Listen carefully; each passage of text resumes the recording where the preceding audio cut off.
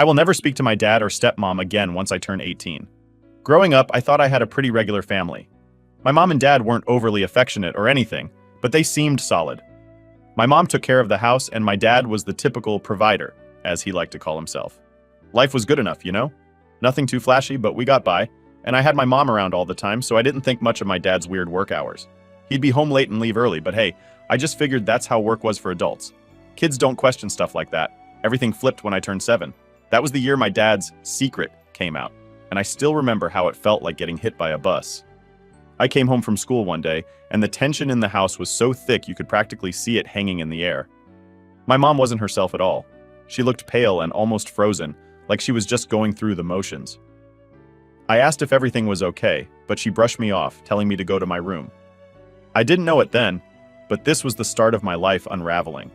Turns out, my dad had been cheating on my mom. And this wasn't some fling or anything. He'd been seeing this other woman for years. Worse, they'd had a kid together. A kid that I would eventually be forced to live with. But let me not jump too far ahead. My mom tried to leave with me as soon as she found out. She didn't want anything to do with my dad or his mess. She started packing our stuff, grabbing anything we could fit in bags. I remember watching her shove clothes and random stuff into suitcases, her hands shaking the whole time. At that point, I didn't fully get what was going on, but seeing her so panicked freaked me out. Just as she's practically dragging me out the door, my dad shows up, and he wasn't alone. He brought this other woman with him, the mistress. She had this smug look on her face, like she'd won some prize or something. My mom told him to get lost and let us leave, but he wasn't having it. I remember him telling her, real calm-like, that if she tried to take me, he'd make sure she got deported. This might be where I should explain something. My mom's an immigrant, and her visa situation was, well, let's just say it was messy. She'd overstayed by years at that point. They were only married through the church, not legally in the States. I didn't know any of that until my dad threw it in her face. He told her he'd call immigration himself if she tried to leave with me. It was a low blow, even for him, but my mom had no choice. She couldn't risk being deported and leaving me behind with him. She was trapped, just like I was about to be. I'll never forget the way she looked at me when she finally realized she was stuck. It was like her heart broke right there. She tried to tell me everything was going to be okay, but I could see in her eyes she didn't believe it. I don't think I did either. But what could I do? I was just a kid, caught in the middle of this mess they'd made. After that, my dad took me to live with him and his mistress. It was like I'd been dropped into some twisted version of my old life. Suddenly, I wasn't in my own home anymore, and everything around me felt strange and wrong. The mistress, I'll just call her M to keep things simple, made it pretty clear from day one that I wasn't there to be a part of their family. Nope, I was just a convenient extra set of hands, a helper for her and her son. Her son, my half-brother, had Down syndrome, and while I understood he needed extra help, it was pretty obvious they wanted me to be the one doing a lot of it. The first few days were just a blur of orders. Help him with this. Make sure he eats. Don't let him wander off. I'd come home from school and be expected to take over his care while they did, well, who knows what. I was just a kid too, but suddenly I was supposed to be some kind of babysitter or caregiver. Anytime I brought up my own needs, like wanting to play with friends or needing time for myself, I'd get the same lecture. Family comes first. You need to step up. You're the big sister now. Act like it. They basically wanted me to treat him like he was my responsibility, even though I was barely older than him and honestly had no idea how to handle all this. My dad's attitude was the worst part. This guy who was supposed to be my father, my protector, just turned into this stranger who saw me as nothing more than a tool. He'd watch me struggle and shrug it off, saying it was good for me to help out. Meanwhile, anything I had in my old life, the little hobbies, my toys, whatever, was left behind. If I ever mentioned my mom, he'd get this look and tell me to focus on the family here. It was like he wanted to erase her from my memory entirely, make it so I had no connection to her or my old life. I tried to keep some normalcy, but it felt impossible. Even things like school projects or wanting to play sports got shut down because there's work to be done here. It was suffocating, and no one around me seemed to care. I'd watch other kids at school with their parents, and all I could feel was this weird mix of jealousy and anger. How did I get stuck with a dad who saw me as nothing more than an unpaid worker? Why did I have to lose my mom just because he screwed up? And M? She acted like she was doing me some big favor by letting me live with them. She'd go on about how I was lucky to have a roof over my head, as if my whole existence depended on her charity. It didn't matter that my dad was the one who forced this whole mess on us. She treated me like some unwanted guest in my own father's house. One night, I overheard them talking in the kitchen. Em was complaining about me, saying I wasn't helpful enough and needed to pull my weight. My dad just nodded along, agreeing with her like he didn't even remember I was his own kid. Hearing them talk about me like that, like I was just some burden, hit me harder than I thought it would. I'd always thought deep down that maybe my dad would see me as his daughter first, no matter what. But that night, I realized I was just another obligation to him. Looking back, that's probably the moment I started resenting him. He wasn't just my dad who made a mistake. He was this person who took my life, ripped it apart, and didn't care one bit about the pieces he left behind. And I was trapped there, powerless to change any of it, just waiting for some kind of miracle that never came. Em was all about making sure her son was the focus, and my dad went right along with it. I was supposed to be grateful to live with them, even though I felt more like the hired help than a daughter. Every day was the same routine. I'd get up, help with my brother, then head to school, and the second I got home, it was back to family duties. And by family duties, I mean I was expected to help him with everything. Feeding him, playing with him, even dealing with his tantrums if he got frustrated. It was like I was supposed to be his emotional punching bag too. The worst part was that nothing I did ever seemed good enough for Em. She'd hover over my shoulder, criticizing every little thing. If I fed him too slowly, she'd complain that he was going to get upset. If I didn't respond to him fast enough, she'd snap at me to pay attention. There were days I wanted to scream because no matter how hard I tried, she'd find something wrong. And let's be real, this woman had no problem telling me exactly how she felt. "You need to be more responsible," she'd say, as if I'd asked for any of this. Then there was my dad, who, honestly, was like a ghost in the house. He'd be around, but he'd check out whenever things got tough. If Em and I were dealing with a meltdown from my brother, he'd just leave the room, like it was someone else's problem. I don't know what I expected from him, but it definitely wasn't this. It was like he decided his new family was more important, and I was just there, an extra. I couldn't remember the last time anyone asked me how my day was or if I needed help with my schoolwork. That just wasn't a priority. Even things like buying me clothes or school supplies felt like a burden to them. Em would talk about how expensive it was to care for my brother and how everyone in the family had to make sacrifices for his sake. By everyone, she meant me. Her sacrifices usually involved sitting on the couch while I ran around, doing everything she didn't feel like doing. Eventually, I just started going numb to it. Every day felt like survival mode. I'd go through the motions, just trying to make it to the end of each day without getting yelled at. I'd put my head down, keep quiet, and hope they'd leave me alone if I stayed under the radar. Sometimes it worked, but most of the time, they found something to blame me for. One day, though, things hit a whole new low. Em was in one of her moods, complaining about how I wasn't helpful enough and that I should be more invested in my brother's care. I remember thinking, are you serious? I was just a kid too. I hadn't signed up for this life. But trying to argue or stand up for myself, total waste of time. If I dared say anything, I'd get shut down immediately.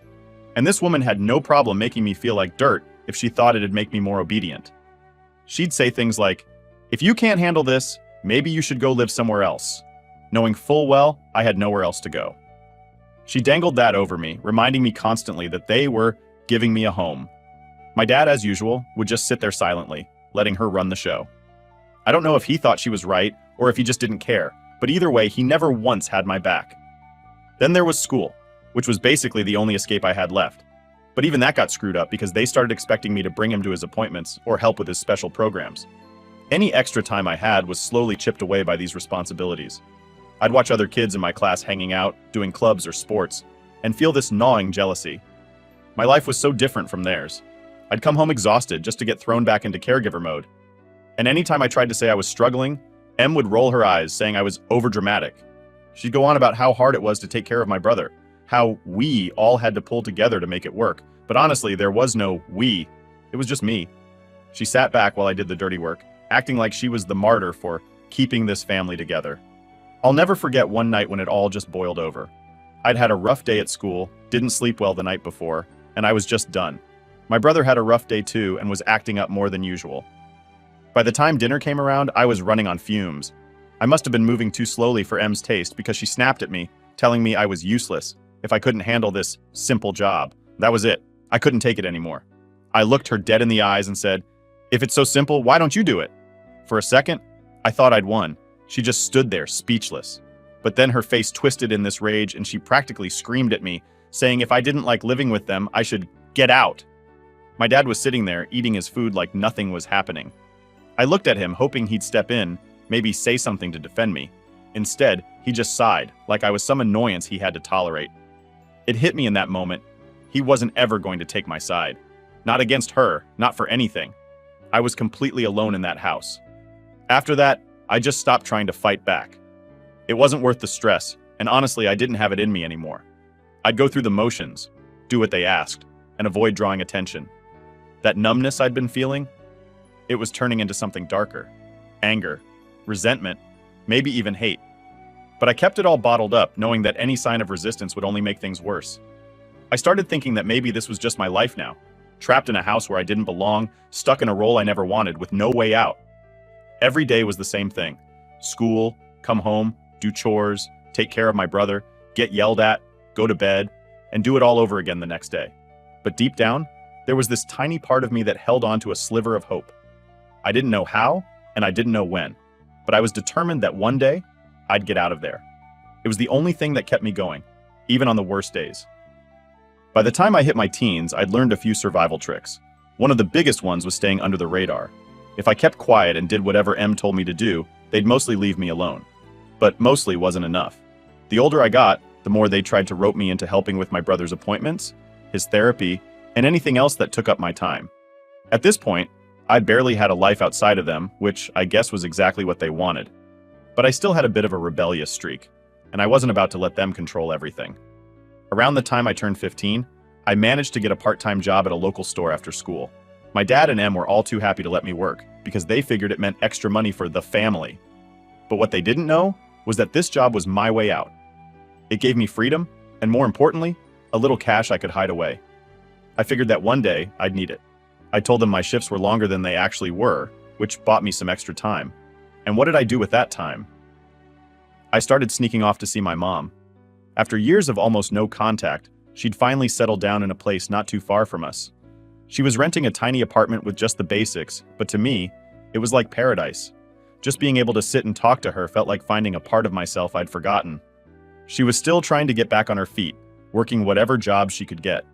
I could tell things weren't easy for her, but she'd put on a brave face whenever I came around. My dad and Em didn't know about the visits, of course. If they had, they would have put an end to them fast. I'd usually just tell them I was staying late at work, which seemed to work since they liked the idea of me learning responsibility. I'd go to my job, finish up, and then head over to my mom's. We'd sit on her lumpy couch, eating whatever she had in the fridge, and just talk.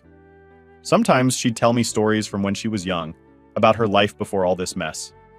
Those were some of the only moments I felt like a real kid again.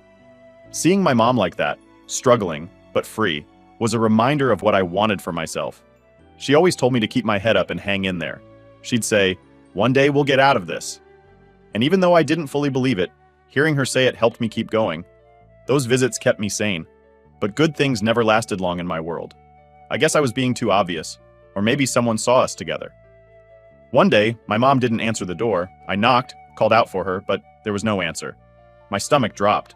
I didn't want to assume the worst, but something told me it was bad. It didn't take long to find out. Later that night, Em overheard me on the phone, trying to get in touch with my mom. She asked why I'd been acting secretive and wanted to know what I was hiding. I tried to brush her off, but she kept pushing. Finally, I cracked and told her I'd been visiting my mom. She looked shocked, then furious, and I knew I'd messed up. The next day, my dad sat me down.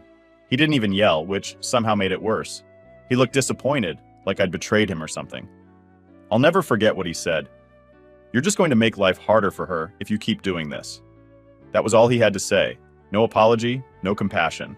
Just a reminder that my actions were somehow making things worse for my mom. I felt like he was blaming me for her situation, which was ridiculous because he'd put her in that spot to begin with. A week later, I got the news. My mom had been deported. Just like that, she was gone, sent back to a place she hadn't lived in for years. I was devastated. She was the only real family I had left, and now she was out of reach. My dad and Em didn't even seem fazed by it. Em just shrugged and said something like, "At least now you won't have to sneak around anymore." They acted like she was some stranger, like she hadn't been a part of my life. It was infuriating. That day changed something in me. I think that was the moment I really stopped caring about what my dad or Em thought of me. They'd taken away the one person who actually cared about me.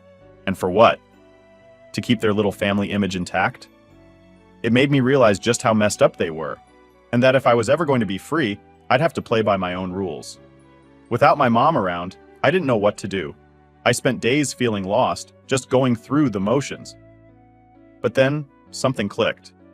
I couldn't let them win. They'd already taken so much from me, and I wasn't about to let them keep me trapped forever. I started going back to work, taking on more shifts, saving up even more. I didn't have a clear plan, but I knew that when the time came, I'd be ready. After my mom got deported, I tried to stay invisible. I kept my head down, did what was expected, and avoided anything that would get Em or my dad's attention.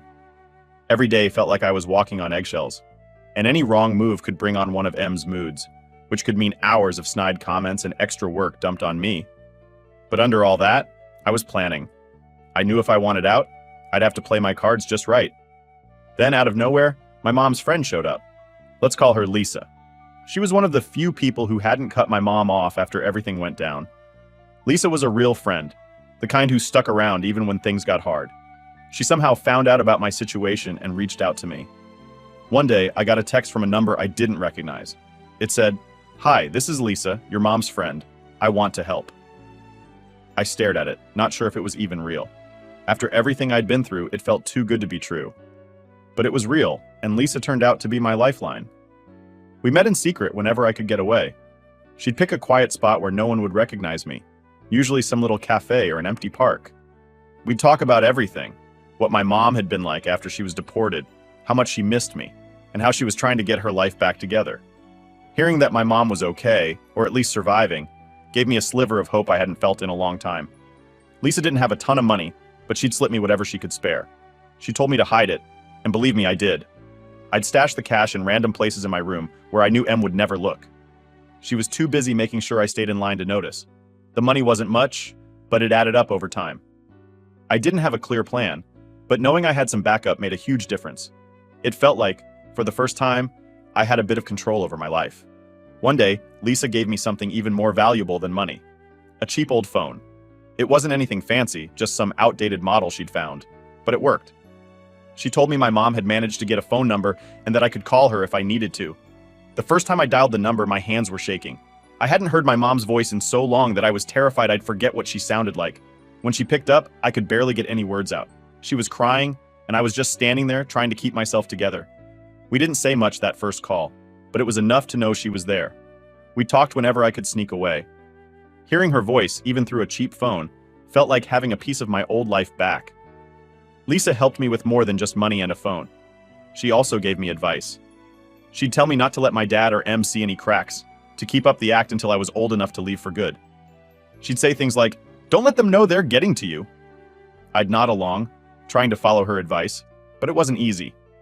Living with those two, it felt like every time I got comfortable, they'd find a way to mess things up again. One night, Em found a small stash of cash I'd hidden under my bed. She flipped, accusing me of stealing from the family. I tried to explain that I'd saved it for my job, but she didn't want to hear it.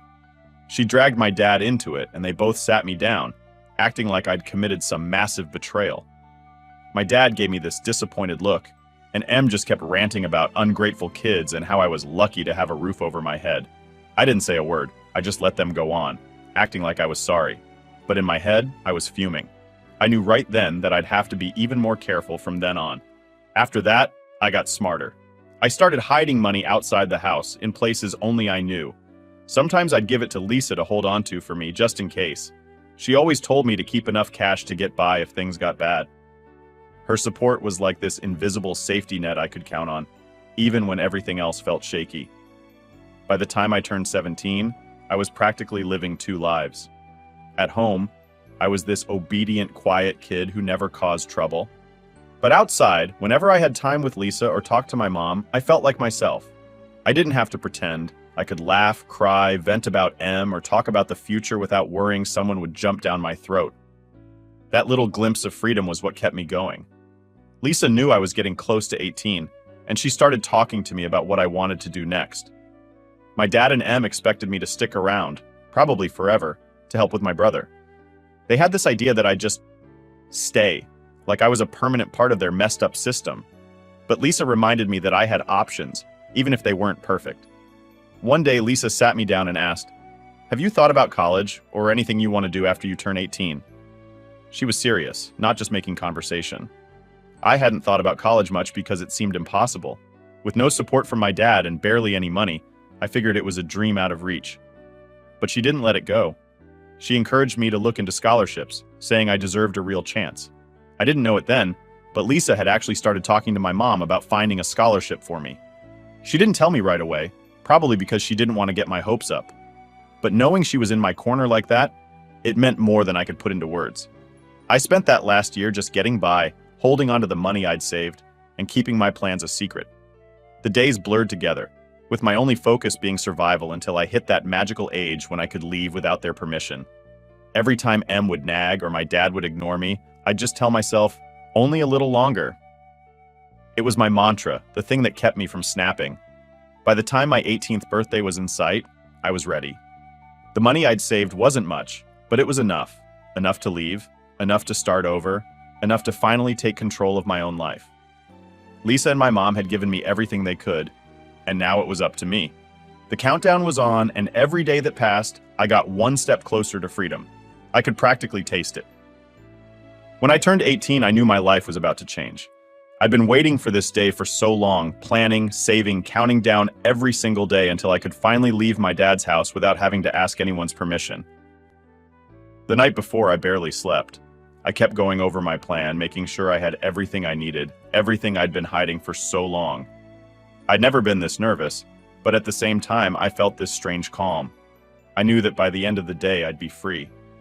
My dad and Em didn't suspect anything. They thought I'd be around forever, always ready to help with my brother and handle whatever they threw at me. I hadn't told them about any of my plans. Why would I? All they'd done over the years was ignore or belittle me, make me feel like I owed them my time, my energy, my entire life. But they didn't own me, and today I was finally going to prove it. That morning, I packed up everything I'd been stashing away. Lisa had given me a small duffel bag, and it was stuffed with clothes, cash, and anything important I'd managed to keep. I looked around my room for the last time. This place that had felt more like a prison cell than a bedroom. I didn't feel sad or nostalgic. All I felt was relief, like I was finally peeling off a heavy layer that had been holding me down for years. My dad was at work, and Em was preoccupied with my brother, as usual. It was a perfect setup. I didn't want any drama, no big goodbye, just a quiet exit that would leave them wondering. I left a note on the kitchen counter, short and to the point. It just said, "I'm leaving. I'm not coming back." Simple as that. They didn't deserve anything more. I walked out the door, and for the first time, I felt light. No one was watching me. No one was telling me what to do. No one was pulling me back. I didn't have to look over my shoulder or think about getting home on time. I was finally in control, and it felt like the best thing in the world. I walked down the street with my duffel bag, not looking back once. Lisa was waiting for me a few blocks away, just like we'd planned. She had her car parked by the side of the road, and the second I got in, she gave me this huge grin. "You did it," she said. And honestly, hearing those words made everything hit me at once. I'd really done it. I was out. I couldn't hold back anymore. I just started laughing, a real laugh, the kind I hadn't had in years. We drove for a bit, just talking and catching up. Lisa was like this supportive, safe presence in my life, the one person who'd been there through everything. She didn't ask if I was okay, didn't try to dig for details. She just let me enjoy the moment, finally free from all the baggage. It felt amazing, like I was shedding a weight I didn't even realize I'd been carrying for so long. But that wasn't even the best part. After a while, Lisa pulled out an envelope from her bag and handed it to me. "This is from your mom," she said. My heart just about stopped. I hadn't seen my mom in person since she was deported, and though we'd talked a few times, I hadn't dared to hope she'd be involved in my escape. But here was this envelope, with my name written in her familiar handwriting. Inside, there was a plane ticket to my mom's country. I just stared at it, speechless, my brain trying to catch up with what was happening. I looked at Lisa, completely stunned. She smiled and nodded as if reading my mind. "Your mom's been working on this for a long time. She found a scholarship for you at a college near her place. It's all set up. You're going to see her." I couldn't believe it. It was like a dream, and I half expected to wake up back in that miserable room at my dad's house. But this was real. My mom had pulled off something incredible, something I'd never even thought possible. She'd found a way to give me a new start, far from everything that had weighed me down for years. I was going to see her, live with her, have a chance at a normal life. Lisa drove me to the airport, and I spent that entire ride in a haze. I kept looking at the ticket, double-checking the date, the time, like it would disappear if I stopped looking at it. The whole thing felt surreal, like I was watching someone else's story. But it was mine. Finally, something good was happening to me. At the airport, Lisa hugged me tightly. "Take care of yourself," she said. I promised I would. She had been there for me like no one else, and I'd never be able to repay her for all she'd done. She waved as I went through security, and I waved back, knowing I owed her so much. I'd miss her, but this was the beginning of something better. The flight was long, and I barely slept. I kept replaying everything in my mind, like I had to hold on to each memory to make sure it stayed real. I pictured my mom's face, imagined what it would be like to finally see her again, to sit in a room with her without fear or guilt, or the weight of my dad's control. I tried not to get too emotional, but it was impossible. For once, I had something to look forward to, a future that wasn't mapped out by someone else. When the plane landed, my heart was pounding. I went through customs, got my bag, and walked out into the arrivals area. And there she was, waiting for me, my mom. She looked older, more tired than I remembered, but she was there, her eyes filled with tears, a smile breaking through. I ran to her, and she hugged me tighter than I'd ever been hugged in my life. We didn't say much, just held on to each other. It was like everything I'd been through melted away in that moment. I was finally home. I didn't know what the future held, but I knew that with her by my side, I could handle whatever came my way. The years of feeling trapped, the loneliness, the anger, it all started to fade. I was free, and I was with my mom, and for the first time, I felt like I belonged somewhere. As we drove to her place, she told me more about the college, the scholarship, the life she'd been working to build for us. I listened, feeling a mix of excitement and relief. This was my new start, a chance to be someone other than the kid who had to take care of everyone else. I'd finally have a chance to be me, without anyone controlling my life. Looking back, I don't regret any of it. Not the waiting, not the hiding, not even the fights with Em and my dad. It made me stronger, more determined to find my own path. And now, with my mom by my side, I knew I'd finally get to live the life I'd been dreaming of for years. Last update. You guys won't believe what just happened. Let me break it down for you. A few months after I'd finally settled in with my mom, I got some news from back home. It was like a weird, twisted epilogue to the nightmare I'd left behind. I didn't expect to hear from anyone back there, but one day I got a message from our old neighbor, Mrs. Perez. I'd completely forgotten about her in the chaos of leaving, but she'd been one of the few decent people around back when I was living with my dad and Em.